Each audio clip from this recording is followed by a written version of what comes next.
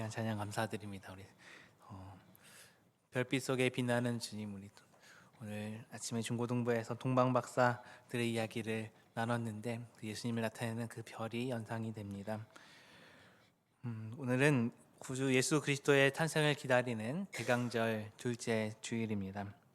오늘 말씀을 통하여서 구약의 선지자들이 예언했던 그리스도의 오심을 함께 살펴보고자 합니다.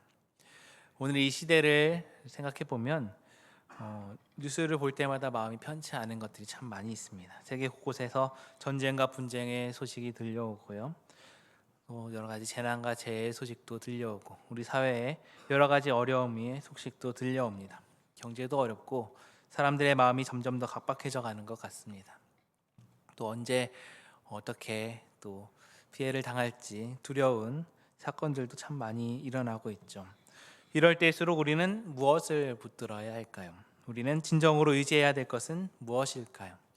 우리가 이 대강절 기다리는 절기로 지키는 것은 단순히 한 해를 마감하는 축제를, 크리스마스 축제를 즐기는 것이 아닙니다. 또 맛있는 음식을 먹고 선물을 주고받고 트리를 장식하는 것만이 우리 크리스마스의 의미는 아니지요. 우리가 진정으로 소망해야 할 것은 오늘 말씀에 이사야 선지자를 통해서 예언된 이 세상에 참된 평화와 충만함을 가져오시는 진정한 왕이신 예수님의 오심입니다. 우리에게 진짜로 필요한 것은 바로 그 왕 예수 그리스도이십니다. 오늘 말씀 역시 사실 매우 암울한 현실에서 시작합니다. 1절 말씀을 보겠습니다. 이새의 줄기에 산싹이 나며 그 뿌리에서 한 가지가 나서 결실할 것이요. 네, 여기서 이새는 누구입니까? 다윗 왕의 아버지이지요. 우리가 아는 그 골리앗을 물리친 다윗, 이스라엘의 가장 위대한 왕 다윗의 아버지가 바로 이새입니다. 그러니까 이새의 가문은 곧 다윗 왕조를 의미하는 것입니다. 그런데 본문은 이 다윗 왕조가 어떤 상황에 놓여 있다라고 표현합니까? 여기서 이새의 줄기 또 이새의 뿌리라고 표현되어 있는데 이 줄기라는 것은 사실은 밑동입니다. 그루터기입니다. 큰 나무가 있었습니다. 아주 크고 튼튼한 나무였습니다. 그런데 어느 날 그 나무가 베어졌습니다. 도끼질을 당해서 쓰러졌습니다. 이제 남은 것은 무엇인가요? 그루터기, 밑동이죠. 땅바닥에 붙어있는 그 밑동을 보면 아무런 생명도 없어 보입니다. 더 이상 하늘로 줄기를 뻗을 수도 없고 꽃이나 열매를 피울 수도 없습니다. 다시는 일어설 수 없을 것 같은 모습입니다. 이것이 바로 이스라엘이 바벨론의 포로로 잡혀있던 시기 다윗 왕조가 처한 상황이었습니다. 한때는 참으로 영화롭고 화려했던 또 강력했던 그 다윗의 왕국, 솔로몬의 화려했던 왕국이 이제는 완전히 무너져 버린 상황입니다. 마치 베어진 나무처럼 아무런 희망도 없어 보이는 상황이었습니다. 우리의 인생 가운데서도 때로 이렇게 희망이 없어 보이는 순간들이 찾아옵니다. 모든 것이 무너진 것 같고 더 이상 희망이 없어 보이는 순간들, 건강을 잃었을 때, 또 사랑하는 사람을 떠나보냈을 때, 또 사업이 망했을 때, 관계가 깨졌을 때 등등 우리 인생도 마치 베어진 나무의 그루터기처럼 느껴질 때가 있습니다. 그런데 선지자 이사야는 바로 이 절망적인 상황에서 놀라운 예언을 선포합니다. 그 죽은 듯한 뿌리에서, 그 생명이 없어 보이는 그루터기에서 한 싹이 난다라고 하였습니다. 다시 가지가 자라나 결실할 것이라고 말합니다. 오히려 쉽게 상상이 되지 않는 장면입니다. 완전히 죽은 것 같던 그루터기에서 새싹이 돋아나는 모습을 우리가 상상하지 못하지요. 그런데 이 싹이 바로 우리가 기다리는 메시아 예수 그리스도입니다. 그렇게 가장 절망적인 상황에서 피어나는 소망, 그것이 바로 예수님입니다. 우리가 기다리는 그 예수님, 그 메시아는 어떤 분이시며 그분의 오심이 우리 삶에 어떤 충만함을 가져다 주는지 말씀을 통해 살펴보면서 대강절의 의미를 되새겨보고자 합니다. 먼저 메시아는 어디서 오실까요? 가장 비참하고 절망적인 상황, 바로 이새의 뿌리, 그 구루터기에서 시작됩니다. 예수님께서 말구유에서 태어나셨듯이 구루터기에서 그 싹이 돋아난다라는 사실은 우리에게 아주 중요한 진리를 말해줍니다. 하나님의 구원은 세상 사람들이 보기에 아무것도 기대할 수 없는 곳에서부터 시작된다는 사실입니다. 세상에서는 화려한 곳, 힘 있는 곳, 돈 많은 곳을 주목합니다. 마치 동방박사들이 처음에 헤롯 왕을 찾아갔던 것처럼 말입니다.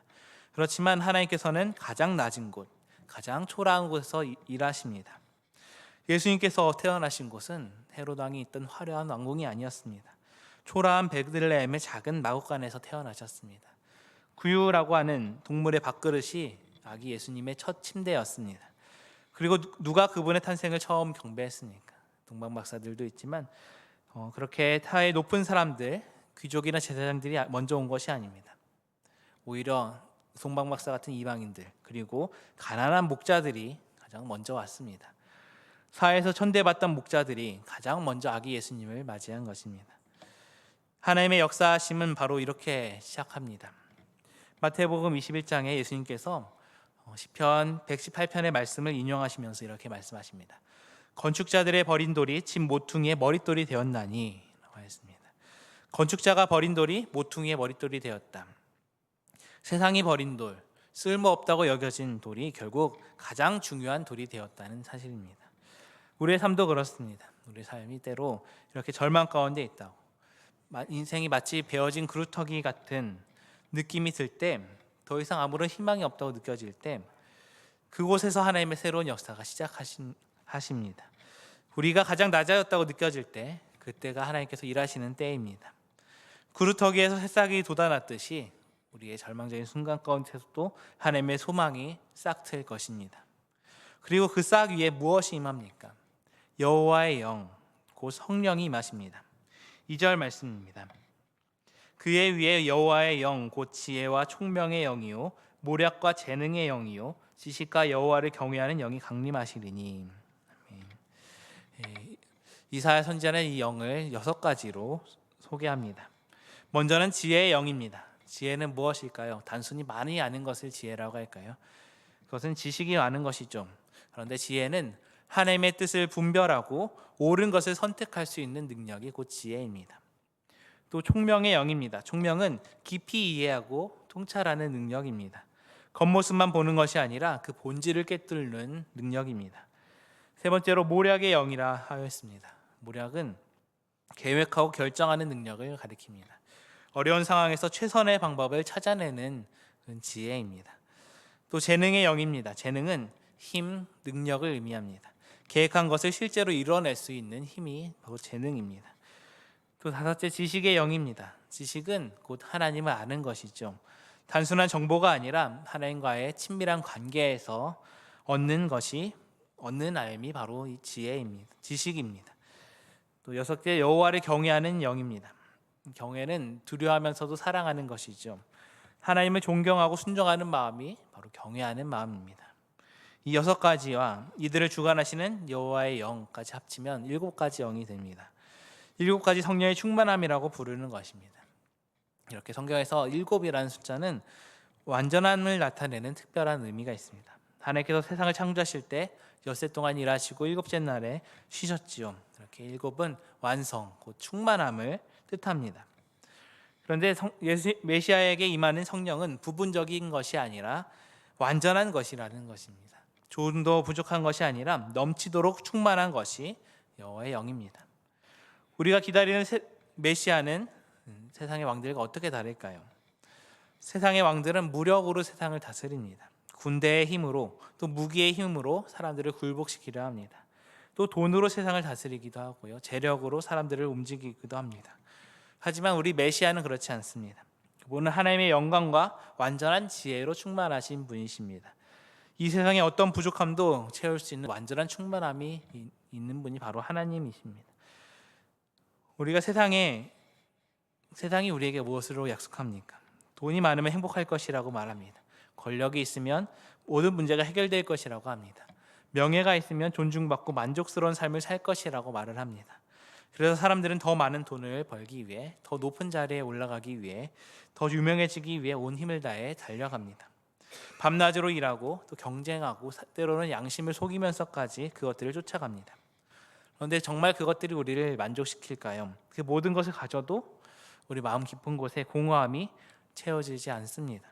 여전히 무언가 허전하고 불안하고 외로운 것이 사람의 마음입니다. 왜 그럴까요? 우리는 하나님의 형상대로 지음받은 존재이기 때문입니다. 우리의 영혼은 하나님을 향해서 만들어졌습니다. 아무리 세상의 것들로 채우려 해도 그것이 하나님을 향하지 않다면 결코 만족할 수 없다는 것입니다. 오직 성령의 충만함만이 우리의 진정한 필요를 채워주십니다. 하나님의 영이 우리 안에 거하실 때 우리는 비로소 참된 평안과 만족을 누릴 수 있습니다. 이 충만함이 바로 우리가 대강절을 소망하는 가장 큰 영광입니다. 또 두 번째로 메시아는 심판의 주님으로 오십니다. 그런데 그분의 심판 방식은 세상의 방식과 완전히 다릅니다. 3절 말씀입니다. 그가 여호와를 경외함으로 즐거움을 삼을 것이며 그의 눈에 보이는 대로 심판하지 아니하며 그의 귀에 들리는 대로 판단하지 아니하며. 여기서 참 특이한 표현이 등장합니다. 눈에 보이는 대로 심판하지 않는다. 귀로 듣는 대로 판단하지 않는다 였습니다. 이게 무슨 뜻일까요? 세상은 어떻게 사람을 판단합니까? 먼저 눈에 보이는 것으로 판단합니다. 어떤 옷을 입고 왔는지, 어떤 차를 타고 왔는지, 또 어떤 가방을 들었는지를 봅니다. 또 그것으로 그 사람의 가치를 평가하려고 합니다. 또 귀로 판단합니다. 여론이 어떤지, 소문이 어떤지, 사람들이 뭐라고 말하는지 듣고 판단합니다.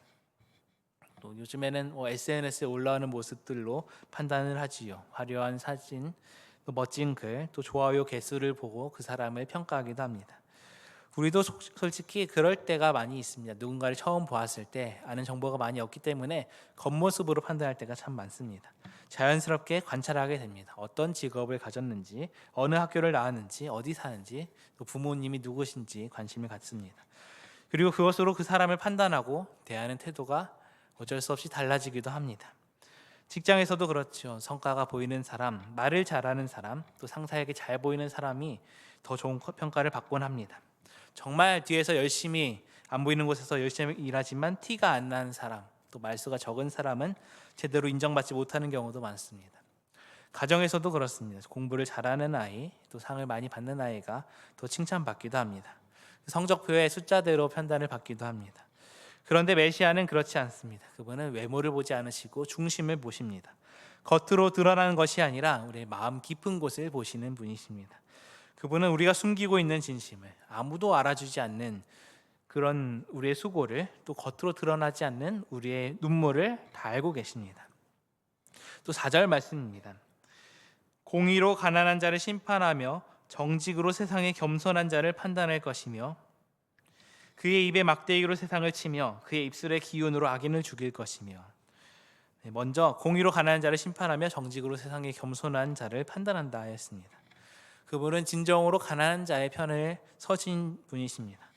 세상에서 무시당하고 억울한 일을 당하고 제대로 대우받지 못하는 사람들을 그 편에 서 계십니다. 그분은 공의와 정직으로 이 세상을 심판하고 판단하십니다. 우리가 억울한 일을 당하고 있을 때, 최선을 다하고 있었는데 제대로 인정받지 못할 때, 또 진실하게 살았는데 오히려 손해를 보고 있을 때, 정당하게 평가받지 못하고 있다고 느낌이 들 때, 또 누구에게 오해를 받고 있을 때, 사실 아닌 소문 때문에 힘들어할 때가 있죠. 세상 사람들이 우리의 진심을 알아주지 못해서 마음이 아플 때가 있습니다. 그런데 이사야의 예언이 주는 소망을 우리가 붙드시기 바랍니다. 우리의 왕께서는 우리의 억울함을 반드시 아십니다. 우리의 눈물을 다 헤아리십니다. 또 우리의 흘린 땀방울 하나하나를 누구보다 더 잘 알고 계십니다. 그리고 그것을 기억하시고 때가 되면 반드시 공평한 심판으로 모든 것을 바로잡아 주실 것입니다. 진실은 언젠가 드러나게 되어 있습니다. 선한 것은 결국 인정받게 되어 있습니다. 그래서 4절 뒷부분을 보면 그의 입에 막대기로 세상을 치며 그의 입술의 기운으로 악인을 죽일 것이며 라고 하였습니다. 그분의 말씀 한마디 한마디가 그것으로 인하여서 모든 불의가 심판받을 것이다 라는 말씀입니다. 악한 것들이 무너질 것이고 거짓이 폭로될 것입니다. 그렇기 때문에 우리는 담대할 수 있습니다. 우리는 낙심하지 않을 수 있습니다. 지금은 불공평해 보여도, 지금은 억울해 보여도 우리에게는 공의로 심판하시는 왕이 계십니다. 이것이 우리가 대강절 동안 담대하게 주님을 기다리며 묵상할 이유입니다. 또 메시아가 오시면 이 세상에는 가장 근본적인 변화가 일어납니다. 이사야는 우리가 상상할 수 없는 평화의 그림을 그립니다. 6절 7절 말씀입니다. 그때 이리가 어린 양과 함께 살며 표범이 어린 염소와 함께 누우며 송아지 어린 사자와 살찐 짐승이 함께 있어 어린아이에게 끌리며 암소와 곰이 함께 먹으며 그것들의 새끼가 함께 엎드리며 사자가 소처럼 풀을 먹을 것이며. 여러 가지 동물들의 비유가 나옵니다. 이 모습을 상상해 보면 참 아름다운 그림입니다. 그런데 동시에 굉장히 비현실적으로 들립니다. 이리와 어린 양이 함께 산다고 합니다. 표범과 어린 염소가 함께 눕는다 하였습니다. 곰과 소가 함께 먹는다 하였습니다. 사자가 고기를 먹지 않고 풀을 먹는다 하였습니다. 상식적으로는 말이 안 되는 일들입니다. 이리는 양을 잡아먹는 동물이지요. 표범은 염소를 사냥합니다. 곰 역시 소를 공격합니다. 사자는 초식 동물이 아니라 육식 동물입니다. 그런데 이들이 함께 평화롭게 산다는 것은 사실은 불가능한 일이죠. 그런데 메시아가 오시면 이 불가능한 일이 일어난다고 선지자는 말합니다. 이것은 단순히 동물의 세계가 평화로워진다는 것을 말하지 않습니다. 이것은 훨씬 더 깊은 의미를 담고 있습니다. 이 약육강식의 논리, 힘센 자가 약한 자를 짓밟는 세상의 근본적인 질서가 완전히 뒤집히고 바른 질서로, 하나님 나라의 공평의 질서로 회복되는 것을 의미합니다. 우리가 사는 세상 역시 이렇게 비유로 표현되어 있지만 사실은 약육강식의 세상과 다른 바 없습니다. 경쟁의 세상입니다. 살아남으려면 다른 사람을 짓밟아야 합니다. 성공하려면 다른 사람을 밟고 올라서야 합니다. 또 정글과 같은 세상으로 약하면 당하고 착하면 손해보는 세상이라 느껴질 때가 참 많이 있습니다. 또 직장에서도 동료가 때로 경쟁자처럼 느껴질 때가 있습니다. 나와 같은 자리를 노리는 라이벌이기도 합니다. 때로는 발목을 잡기도 하고 또 뒤에서 헐뜯기도 합니다. 서로를 도와야 할 관계가 동료가 서로를 견제하는 적이 됩니다. 학교에서도 그렇죠. 내 친구가 좋은 성적을 받았을 때 질투가 나기도 합니다. 상대평가 때문입니다. 친구가 잘하면 내 등수가 떨어지죠. 그러니 서로 경쟁심을 받기 마련입니다. 가정에서도 형제 자매끼리 비교당하며 경쟁하기도 합니다. 부모님의 사랑을 더 받기 위해서, 더 인정받기 위해 신경전을 벌이기도 합니다. 이것이 죄로 인해 무너진 세상의 모습입니다. 원래는 그렇지 않은 것이죠. 하나님께서 창조하신 에덴 동산에서는 완전한 평화가 있었습니다. 그런데 인간이 하나님을 떠나서 죄를 선택한 순간부터 이 세상 가운데 경쟁과 갈등이 시작한 것입니다. 그런데 메시아가 오시면 이 무너진 질서가 회복됩니다. 원래 하나님께서 의도하셨던 그 아름다운 평화가 다시 임합니다. 우리는 이 세상 속에서 스스로 칼이 되어 싸우고 또 배는 선택을 할 때가 많이 있습니다. 그것이 살아남으려면, 성공하려면 어쩔 수 없는 선택이다 라고 생각할 때가 있습니다. 내가 배지 않으면 내가 배일 것이다 라는 생각이죠. 그래서 날카로운 말로 상대를 공격합니다. 남을 밟고 올라서는 것을 당연하게 여깁니다. 내 이익을 위해서라면 다른 사람이 손해보는 것쯤은 괜찮다고 생각하기도 합니다. 그런데 메시아의 충만함이 우리 안에 채워질 때 우리는 칼이 아니라 보습을 만드는 선택을 할 수 있습니다. 그래서 미가 선지자는 이렇게 예언했습니다. 그들이 칼을 쳐서 보습을 만들고 창을 쳐서 낫을 만들 것이며 라고 하였습니다. 칼은 무엇입니까? 사람을 죽이는 무기입니다. 파괴하는 도구입니다. 상처를 주는 것입니다. 그런데 보습은 무엇입니까? 땅을 가는 농기구입니다. 씨를 뿌리기 위해 땅을 부드럽게 만드는 도구입니다. 생명을 살리는 도구이죠. 똑같은 세부치인데 칼로 만들면 죽이는 무기가 되고 보습을 만들면 살리는 도구가 됩니다. 선택의 문제라는 것입니다. 우리에게도 선택의 문제가 있습니다. 내가 가진 능력, 내가 하는 말, 내가 가진 자원을 칼로 사용할 것인가, 보습으로 사용할 것인가. 이 평화의 왕이 우리에게 오시면 우리의 관계와 이런 삶의 태도가 완전히 바뀝니다. 우리도 평화를 만드는 사람이 됩니다. 그러면 어떻게 바뀝니까? 먼저 용서할 수 없던 사람을 용서하게 됩니다. 그 사람이 나에게 한 일을 생각하면 참으로 용서하지 못하고 이를 갈기만 합니다. 절대 용서할 수 없다고 다짐했습니다. 그런데 평화의 왕이 내 안에 오시면 그 사람을 향한 미움이 녹아내린다는 것입니다. 물론 상처는 여전히 아프지요. 그런데 그를 용서할 수 있는 힘이 생긴다는 것입니다. 또 내 자리를 위협하는 사람, 나와 같은 것을 노리는 사람을 적으로 여기지 않고 동역자로 여기게 됩니다. 그의 성공을 진심으로 축하할 수 있게 됩니다. 남이 잘 되는 것을 기뻐할 수 있다는 것입니다. 또 미워하던 사람을 사랑하게 됩니다. 왜 미워했는지도 모르겠는데 그냥 싫었던 사람들 있죠. 얼굴만 봐도 짜증이 났던 그런 사람을 위해 기도할 수 있게 됩니다. 그의 복을 빌어줄 수 있게 됩니다. 사실 인간적으로는 불가능해 보이는 것입니다. 그렇습니다. 우리의 힘으로는 불가능한 일입니다. 이리와 함께 사는 것만큼이나 불가능한 것이 이 사람 사이의 관계이기도 합니다.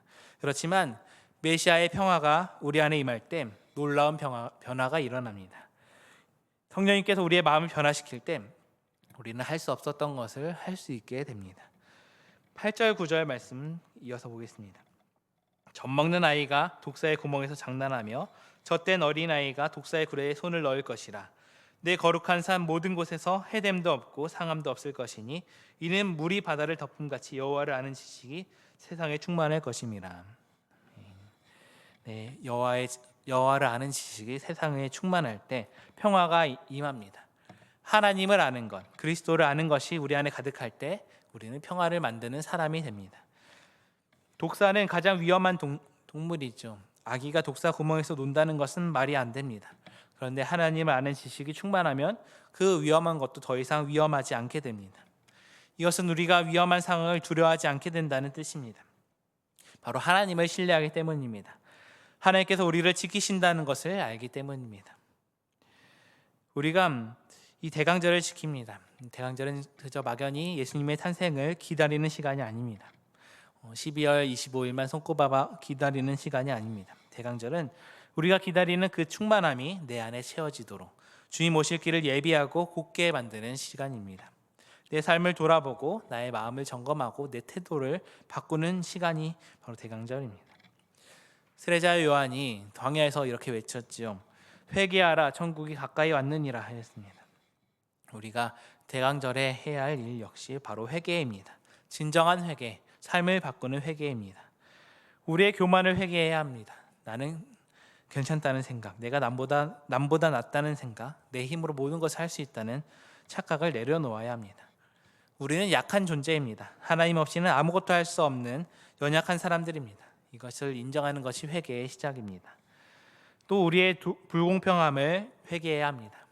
나에게 유리하게만 세상을 보았던 것, 내 이익을 위해 다른 사람을 이용했던 것, 또 약한 자를 무시했던 태도를 돌이켜야 합니다. 내가 누군가를 편견으로 대하지는 않았는지, 또 겉모습으로 사람을 판단하지는 않았는지, 가난한 사람을 무시하지는 않았는지 우리가 생각해 보아야겠습니다. 또 우리의 미움을 회개해야 합니다. 용서하지 못한 채 마음에 담아두었던 원망들, 상처받은 기억을 붙들고 있는 것, 또 복수하고 싶은 마음을 품고 있는 것을 내려놓아야 합니다. 미움은 독약과 같습니다. 상대방을 파괴하기 전에 먼저 나 자신을 파괴합니다. 미움을 품고 있으면 내 마음이 썩어가지요. 내 영혼이 병들어갑니다. 또 우리는 우리의 경쟁심을 회개해야 합니다. 남과 비교하는 것, 남이 잘 되는 것을 질투하는 마음, 내가 더 높아지려는, 그렇기 위해 남을 짓밟는 그런 태도를 버려야 합니다. 하나님께서는 우리 각자를 소중하게 만드셨습니다. 나는 나대로, 다른 사람은 그 사람대로 아름답게 지으셨습니다. 비교할 필요가 없습니다. 경쟁할 필요가 없습니다. 5절 말씀을 다시 보시면 공의를 그의 허리띠로 삼으며 성실을 그의 몸에 띠를 삼으리라라고 했습니다. 우리 메시아는 공의와 성실로 허리를 동여매신 분이시라는 모습입니다. 우리도 이 왕의 모습을 닮아가야 합니다. 우리의 삶의 모습을 이렇게 바꾸어 나가야 합니다. 공의로 허리를 동인다는 것은 무엇일까요? 내 유익이 아니라 하나님의 뜻을 따라 생각하고 행동하는 것입니다. 내가 손해를 보더라도 공의를 택하는 것, 옳은 것을 선택하는 것입니다. 불의한 방법으로 이득을 취하지 않는 것입니다. 불의한 상황 가운데에서도 우리는 거절할 수 있어야 합니다. 손해를 보더라도 정직하게 살아야 합니다. 성실로 몸을 동인다는 것은 무엇입니까? 보는 사람이 있든 없든 인정받든 받지 못하든 진실하게 하나님 앞에서 살아가는 것입니다. 우리가 아무도 보지 않는다고 생각되는 그때에도 우리 하나님께서 보고 계심을 기억하는 것입니다. 누군가의 칭찬을 받지 못해도 묵묵히 내 일을 하는 것입니다. 티가 나지 않아도 최선을 다하는 것, 이런 것들이 우리 주님 오실 길을 예비하는 우리들의 삶입니다. 이럴 때 우리 안에 메시아의 충만함이 채워집니다. 마지막으로 이새의 뿌리, 그 구루터기에서 싹이 나게 하신 하나님께서 오늘 우리의 매번 삶에도 그 충만함을 부어주실 것을 믿습니다. 우리 안에 성령의 완전한 충만함이 임할 것입니다. 지혜, 총명, 모략, 재능, 지식, 또 하나님의 경외함이 우리를 가득 채울 것입니다. 또 공의의 충만함을 부어주실 것입니다. 우리가 당한 억울함을 갚아주실 것입니다. 우리의 눈물을 닦아주실 것입니다. 모든 불의를 심판하실 것입니다. 또 평화의 충만함을 부어주실 것입니다. 우리 마음 가운데 평안을 주실 것입니다. 관계 가운데 화해가 일어날 것입니다. 우리를 통하여서 이 세상 가운데 평화가 흘러갈 것입니다. 우리의 삶이 이렇게 베어진 밑동처럼 그루터기처럼 느껴질 때, 모든 것이 끝난 것 같고 더 이상 희망이 없어 보일 때 실망하지 마십시오. 그곳에서부터 하나님의 새싹이 돋아납니다. 우리가 정당한 평가를 받지 못하고 오해를 받고 무시당하고 억울함을 느낄 때 낙심하지 말 것은 공의로 심판하시는 우리 주님께서 우리들을 변호해 주실 것입니다. 관계에 어그러짐이 있습니까? 용서할 수 없는 갈등이 있습니까? 화해할 수 없을 것 같은 상황이 있습니까? 그럴 때 포기하지 말 것은 우리 평화의 왕께서 우리를 화해의 통로로 사용하실 것입니다. 우리가 주님 오시는 그날까지 우리 삶의 모든 순간을 이렇게 변화된 모습으로 예비하며 담대하게 나가며 승리하는 저와 모든 성도님들 다 되시기 바랍니다. 함께 기도하시겠습니다. 사랑과 은혜가 충만하신 하나님 아버지, 오늘도 우리를 불러주시고 모이게 하여 주시고 말씀하여 주시며 감사드립니다. 지금 우리를 대강절 기간을 보내면서 이 땅 가운데 오신 예수님을 살펴봅니다. 지금 평화의 왕으로 오신 주님, 공의로 세상을 심판하시는 주님을 의지하며 나의 모습을 다스려 나가기 원합니다. 남을 질투했던 모습, 또 원망 가운데 있던 것들, 불평 가운데 있던 것들을 다 내려놓고 정말 주님을 의지하며 나아갈 때 용서할 수 없던 사람을 용서할 수 있게 하여 주시고, 또 질투했던 것들을 풀 수 있게 하여 주시고, 사랑으로 주님께서 우리를 사랑하셨듯이 다른 사람을 사랑할 수 있는 마음을 우리에게 더하여 주시옵소서. 우리의 모든 고통과 어려움과 아픔을 주님께서 아심을 믿습니다. 우리의 모든 삶의 길 가운데 주님께서 함께하여 주시고 위로하여 주시고 인도하여 주심으로 주님께서 이 땅에 오셔서 하셨던 일처럼 우리도 예수님을 닮은 삶을 살아내며 주님을 이 땅 가운데 우리 삶을 통해 나타낼 수 있는 주님의 자들 다 될 수 있도록 주님께서 붙잡아 주시고 인도하여 주시옵소서. 주님께서 다시 오시는 그날까지 우리 삶의 모든 순간이 주님을 닮은 모습으로 변화되길 원합니다. 주님을 예비하는 자로서 담대하게 세상 가운데 주님을 나타내는 자로서 살아갈 수 있도록 주님 인도하여 주시옵소서. 이 모든 말씀 예수님의 이름으로 기도합니다.